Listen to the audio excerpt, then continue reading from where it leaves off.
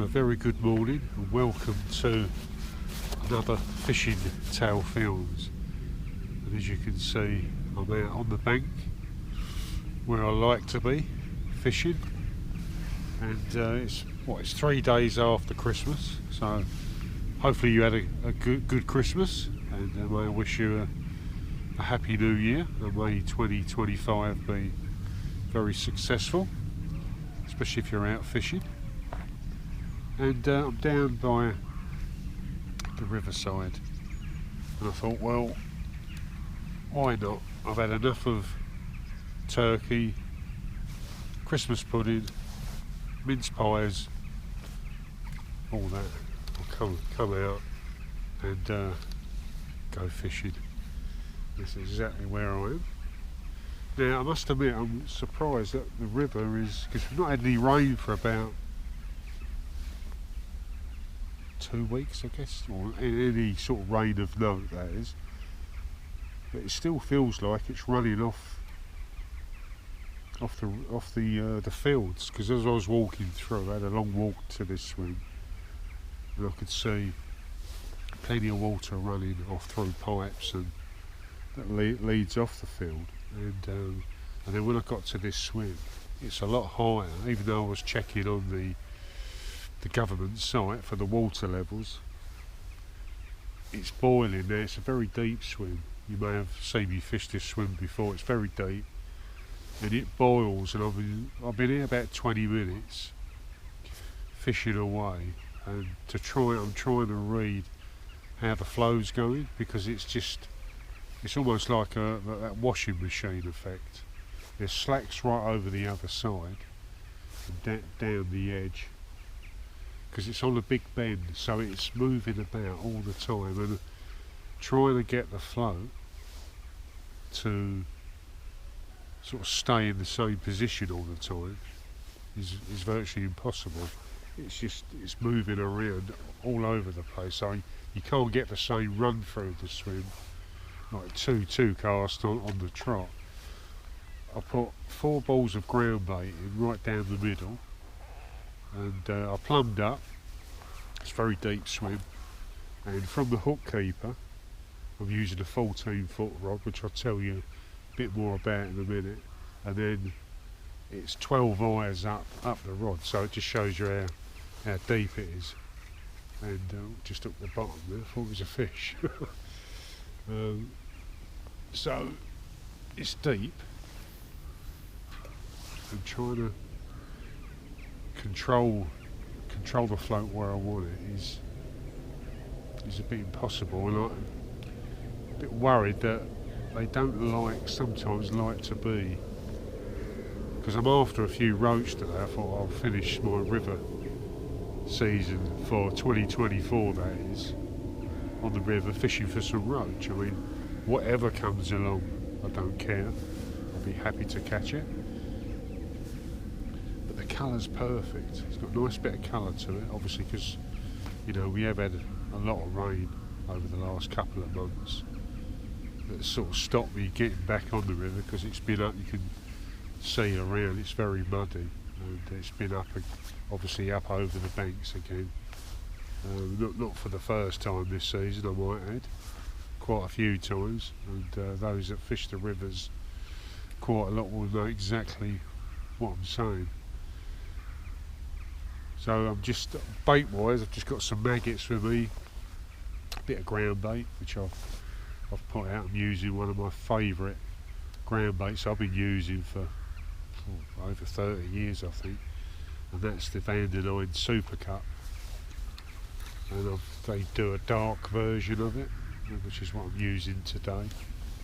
So I've mixed that up, and that's encouraging. It come back with no bait on there. I'm using starting off with 2 white maggots. I've got some red, I've got some sort of red and white mixed, and I've got a few casters, and also brought along a couple of slices of bread as well, just in case I want to give that a try. The maggot's about 2 weeks old, which isn't a problem. Sometimes I like to use old maggot because you get a little bit of a sort of a thicker skin. It sort of helps to hold on the hook a little bit, especially if you're getting a few bites. So it's early days, it's overcast. I think it's going to be overcast all day, and I'm hoping that I'm going to see 2024 off with a nice day's fishing and hopefully a nice video for the YouTube channel. Fingers crossed. Well, I thought I'd document it, but I've just had my first fish, and it's a tiny little chublet. Little quick bite that I had, and let's hope that that isn't my last fish of 2024. It's nice to see that float go under, I must admit.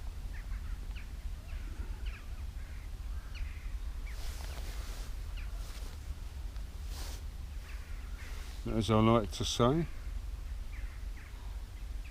it's a start. A small start though.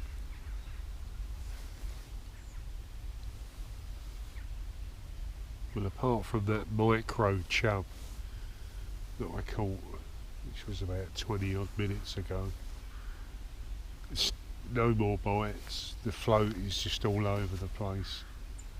It's such a hard swim to try and control. Maybe if I'd just had a little maggot feeder, plonked it out in the middle, probably would have done a better job. But I've just come down with just a float rod today. I just fancied fishing, running a big stick through the swim, which is what I'm doing. But it just doesn't feel right at the moment. I keep feeding away. See, now the flow's gone really nice, so I've got a nice little run through, and my float is actually right over the ground bait that I put in earlier.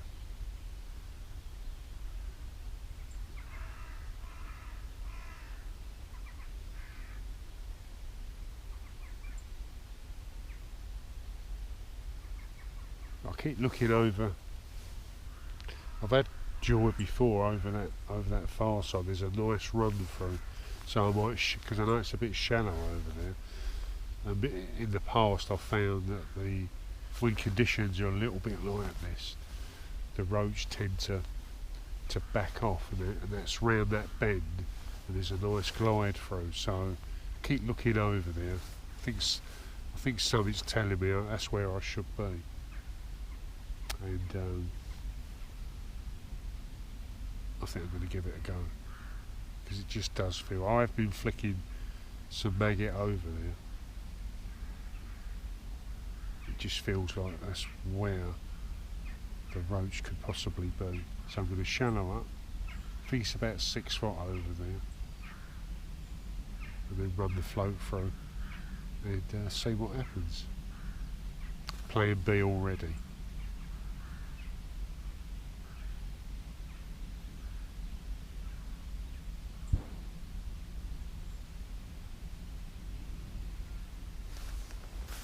It's when I get to plan F and G that I'm going to start worrying.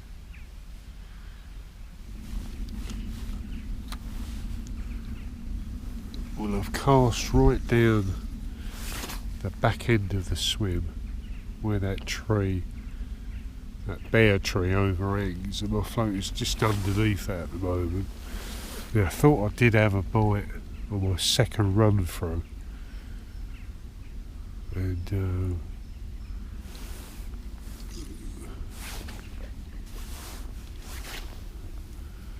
it just dragged under there.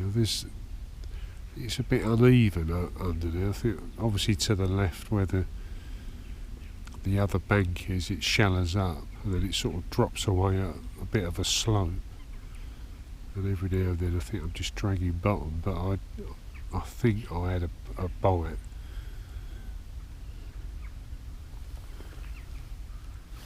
Get back out again, because I think I'm a little bit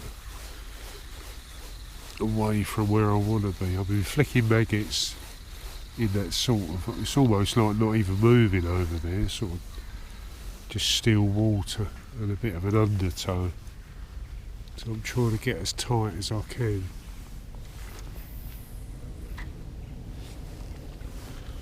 Just clipped, got lucky there, clipped a bit of the branch. I managed to pull back in time. Let's try again. That's better. Just what I'm having to do is lift the rod up high. I'm using a 14-foot rod, and so I can keep the line off the flow that's sort of running through about there, because otherwise the line will get picked up in that flow and it'll create a big bow and it'll drag the float away from where I really want it to be. Which is not what really I want.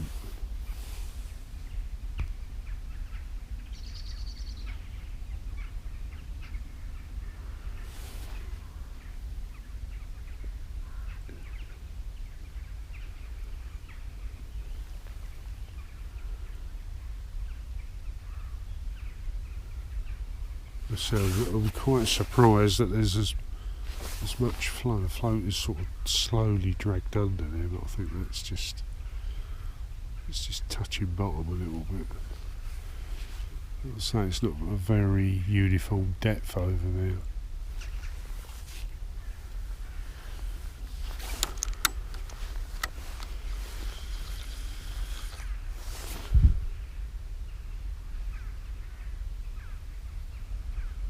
It's worth a go anyway.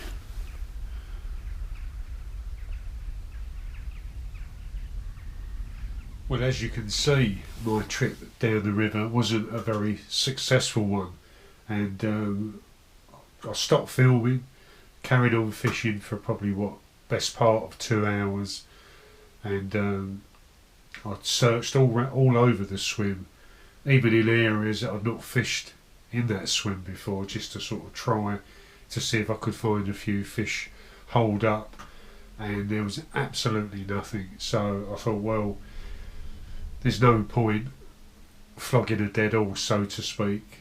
The other swims as I walked back down to the car park were just not fishable at all, just sort of roaring through, because it can flow there fast even at lower sort of levels. So I got caught out, though I was checking the water levels. I didn't expect it to be pushing through as much as it did, and as soon as I got there I knew that I'd made a fundamental error in trying to travel too light, because I had it in my head that I was going to fish a big stick in the deep swim and see if I could catch a few nice roach, because I've had some great roach out of there in the past, and I knew straight away when I see, although it had a nice colour to it, I must admit, you know, roach do like a bit of colour to sort of encourage them to feed confidently.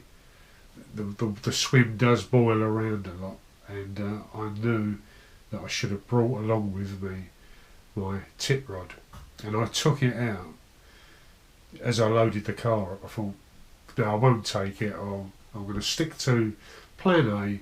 I'm just going to fish the big stick and try and make it work. And I was confident until I saw how the river was pushing through, and I knew straight away that really it should have been a day, a session on the tip. But there you go. Next time I normally do bring a tip rod with me, and so it's my mistake. And well, there you go. So my end to 2024 is not really been how I wanted it to be.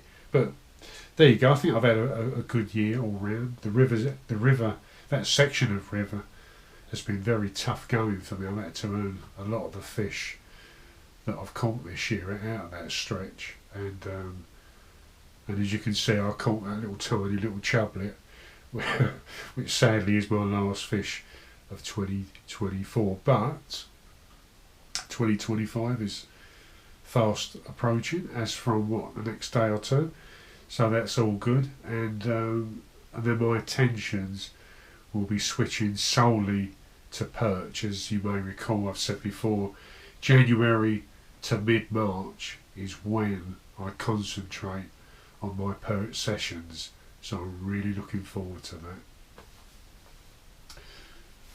And continuing on from the video I made probably maybe a week or two back, called Perch Sessions, where I sort of went through the tactics that I like to fish for the perch, being mainly the float fishing, and I said I was going to talk in another video, which is going to be now, about another way that I mostly fish the float for the perch, but I know that I probably should try fishing a very light sort of ledger setup with lobworms and prawns, and maybe the odd little dead bait.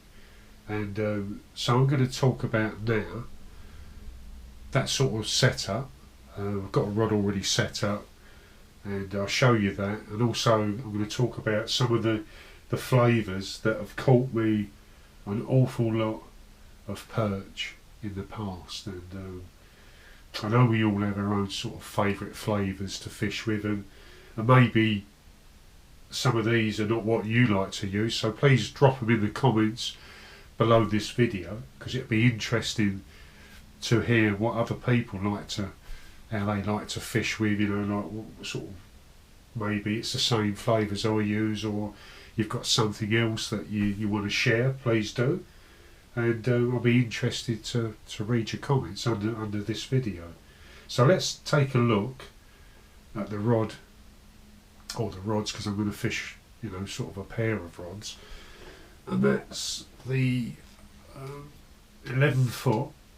As you know, I used 11 foot rods for my float fishing, the Darrant Valleys, and these are the Coram all-rounders. And I did try to get a couple of 10 foots, but because they don't make this rod anymore, I had to sort of hunt around, and I managed to find a couple of 11 foot sort of versions of that rod. It's a lovely looking rod, and the colour reminds me, it's like a sort of a browny colour, maybe a tint of burgundy in it, and it's the K-Flex carbon design. I fished with it and I caught a nice chub on it not so long ago. You may have seen that in one of my videos, and it's all set up on the Drennan run rig kit, which is a nice little setup. It's very easy. I did make a short of it as well, and about how it's all set up, and I can fish it with either a little balm or a little maggot feeder. If I want to introduce sort of maggots into the swim, then like a little, maybe like a little feeder bomb, a Drennan feeder bomb would do the job nicely. And let's just lay that down there for a second. I don't know if you can see that clearly, but there's a small and a large version of the Drennan run rig kits, and they're superb. You get 4 in a pack, which is pretty good value. And these are, I think these have only been out a few months, just introduced this year. And I tend to go with the small run rig kit, which I'm going to start off with. And basically, you know, you get like obviously a anti-tangle sleeve, a little bead in there as well, some swivels, and it's a nice simple setup. It really is. And £6 main line. I use the feeder line, the Coram feeder line, which sinks really fast. It's a very supple line, green. I don't know what it is, but I love to fish a green line when I'm perch fishing. You may recall that when I fish a float setup, I use the Hydroflow, the Gardner Green Hydroflow as well. So it's a nice little setup. You can see the run ring that slides along, and that's what I would attach the feeder to, or a little bomb. And you can either fish this on, say, a pair of bite alarms set down really low, or if you loosen the slack off, and you can then fish with the slack really loosen, so that if you get a bite, you'll hear that little magical tone of the spool there. And these are the Corum switch reels, 5 ball bearings in them, nice and smooth, and they're not bad little reels, you know, quite do the job. And when I caught that chub on this setup, it handled it quite well, so I was quite pleased with that. Give it a nice little christen, and all I want to do now is try and catch a few nice perch on it. So I'm going to have some perch sessions coming up where I'm going to be using obviously my favourite float method, and I know many people that watch my videos like to fish that way, but I'm going to sort of mix it up a little bit and try a little feeder setup with a big prawn on it and a lobworm, and maybe I might fish 1-on-1 just to try and cover my options, and then I can sort of see what method sort of works well. We shall see. Obviously it will probably vary to venue that I'll fish. It's a nice little setup, all ready to go. I have all my rods all set up and in my quiver bag, so nice and easy to get out on the bank as quick as possible. So that's the other version of the rod setup that I'm going to fish, tactics wise. Let's talk about flavours and baits. Well, as you can see, I've got on display some of the flavours, or most of the flavours and scents that I like to use when I'm fishing baits like prawns and lobworms and maggots for the perch. I feel that they enhance the way I fish, and it certainly has worked for me many times. Of course, many specimen perch, sort of £2, £3, that sort of bracket, and what I like to do, I like to sort of pole cup it out into the swim. So I'll get some lobworms or dendrobenas, and I'll chop them up, and I'll show you one of the, you probably see it up there, that worm shears. And if I'm doing a lot of chopping up of worm, then I tend to use them, because I like to sort of get the worm mix into a bit of a mush, so that way it doesn't feed the perch too much, but it puts loads and loads of scent into the water. And krill, I've got some raw krill there from Munch Baits, and I've used sort of sticky baits, liquid krill in the past, as well as their powder stuff as well, which is brilliant. And I've also got a little sticky baits there, spray, which you can just spray that onto the prawn, or into the mix, into the polka, which will be chopped up. I'll have some maggot in there, also dead maggot. I'll get a pint of dead maggot, because I feel that because it's not wriggling around and it's more sort of stretched, it's easier to chop up. And the idea, you're just chopping it up to get that juice and that scent into the water. So flavours wise, I sort of like, this is by Census, the Aramix range, and it's worm, their worm mix.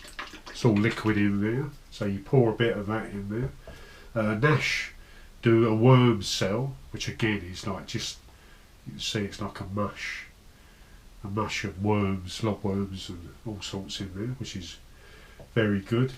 One of the old favourites by Baytech, liquid worm. It's got a red colour to it as well. That's very good. Puts a nice scent into the water. And I must admit, one of my favourites, I've been using this for many a year, because it really explodes underneath the water. And that's the Baytech again, Predator Plus. I don't know how many bottles of this I've got through over the years, and I always try and carry a healthy stock of it.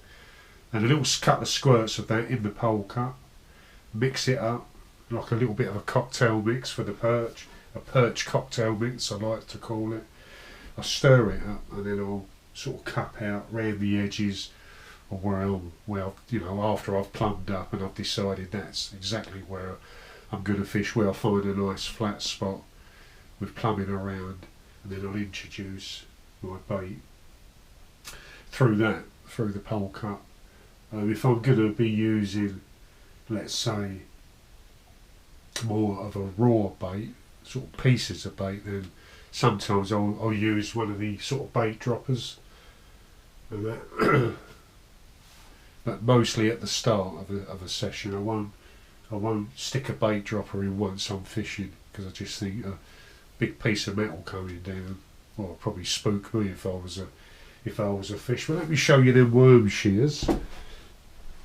I've got about 3 or 4, maybe 5 pairs of these, and these do the job very, very quickly. I don't know if you can still get these anymore. I bought these a long while ago. I see them. I think I bought 6 pairs in one. Yeah, about 6 pairs I think it was. I've sort of destroyed 2 of them because they've all sort of buckled up. Every now and then you'll get something a bit hard in there in the peat, and it tends to, I know because these are stainless steel blades, but imagine that, get your bait box and chop away very, very quickly. That becomes a mush. Yeah, fantastic. I think I've got my wrapper here somewhere, if I can find it. But they were, I think it was key nets that used to do them. They were called worm shears, and they were very, very good, and do the job. Also, when I'm fishing for eels on the River Rover, I used to chop up loads and loads of dendrobina worms and dead maggot, live maggot, and then cup out on that first sledge, leave it for a couple of hours, keep feeding, and then start catching eels, which was great fun, especially on the pole, seeing all that elastic disappear out into the River Rover with a nice big eel hanging on the end. But there you go. So they're the sort of baits, flavours and scent. I think the important thing is the colour, like that reddy or reddy browny colour, and the scent that it puts into the water. And then I'll just be flicking maggot over the top to attract some silvers into the area. And of course, once you start doing that, the perch will get inquisitive and they'll move in, and then you're dangling a piece of a lobworm or a juicy, krilled up, red flavoured prawn in front of them as well. So there you go. So I think I've covered mostly everything now on the perch, on this this video here and the previous video, perch sessions. And thanks for all the comments on the last one as well. Do appreciate it. And like I say, this isn't the be all and end all of how to catch perch. It's just my way of catching perch, and if it helps, anyone looking in or watching the video and they might think, oh, I never thought of that, then I'll give that a try. And if it works for you, then that's brilliant. I'm happy passing on as much information as I possibly can. So there you go. Well, as we head off into 2025, just want to wish everybody a happy new year. I hope you all had a great Christmas, and I shall be on the banks this weekend, and I may squeeze one more roach session in, because I've got to do you might remember I've done Milton Roach Part 1. Well, I think the weather's probably right now for Milton Roach Part 2. So that's coming soon as well, but I will be out perch fishing, like I say, January to mid-March, and if we have a really cold spring, that will then creep into April, because as we know, the perch are at their biggest round about March and April time. So there you go. I'll see you again on Fishing Tail Films. If you like the video, please like and subscribe, and comment on the underneath the video about your favourite sort of perch flavours and scents and tactics. It's always nice to hear your views as well. And like I say, the more interaction, it helps get the video out there on YouTube. If YouTube see lots of interaction, I know I've said it before, but it really is true. If they see that people are showing interest, they'll push it out there more. And obviously I want to sort of grow the channel as much as I can in 2025. I'll see you again soon. Next time I'll be on the riverbank or by the lakeside, that's for sure. and Happy New Year.